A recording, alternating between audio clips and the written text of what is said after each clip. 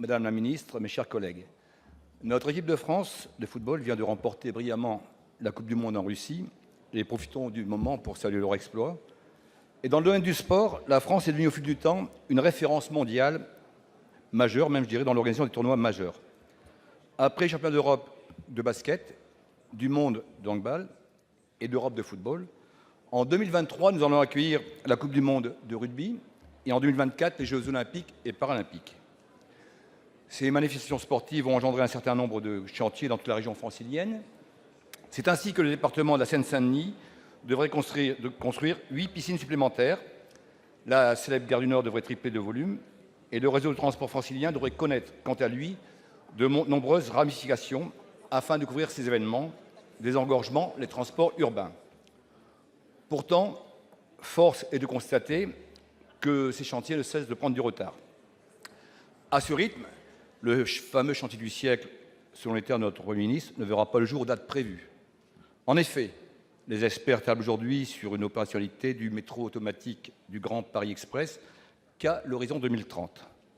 Ces retards ont malheureusement conduit à des arbitrages qui font aujourd'hui des victimes dans les territoires les plus périphériques. Dès lors, comment justifier nos ambitions pour l'immense cluster de Paris-Saclay, pôle scientifique et technologique à renommée internationale, qui ne sera desservi qu'en 2025 ?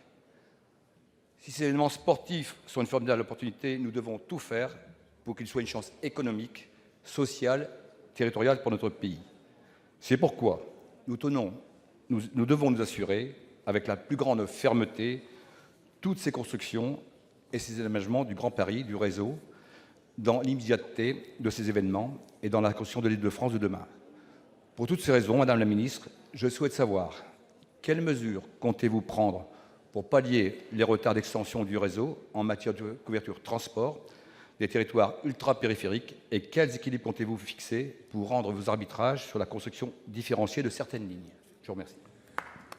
Pour vous répondre, la parole est à Madame Brune Poirson, secrétaire d'État auprès du ministre d'État, ministre de la Transition écologique et solidaire. Merci, Monsieur le Président.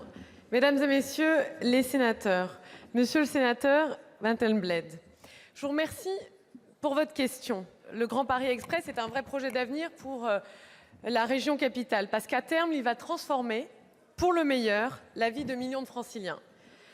Ce développement est d'ailleurs d'une ampleur considérable et vous l'avez souligné, 200 km de lignes nouvelles, 68 nouvelles gares. C'est donc un défi absolument hors norme. Mais nous avançons.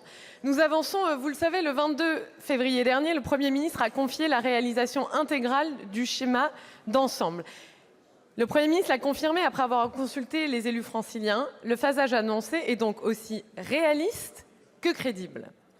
Bien sûr, et vous avez raison de le noter, l'échéance des Jeux olympiques de 2024 est une date clé. Mais je veux vous assurer, au nom du gouvernement, que l'ensemble du projet ne se fera pas au détriment des territoires. Je ne crois pas, par exemple, que la ligne 14, qui va être livrée en 2024 et transportera 1 million de personnes par jour, ne concerne que les Jeux olympiques. Ça va au-delà de ça, car les nouvelles lignes de métro participeront avant tout au développement des territoires qu'elles desservent.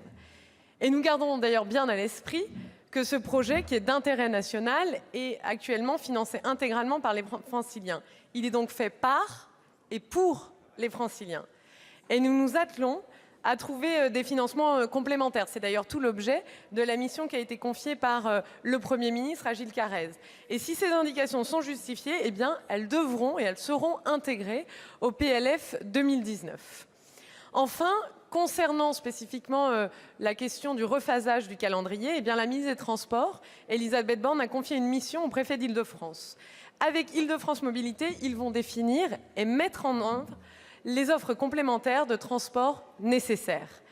Et donc, soyez assuré, monsieur le député, comme vous pouvez le constater, que notre priorité demeure de répondre aux besoins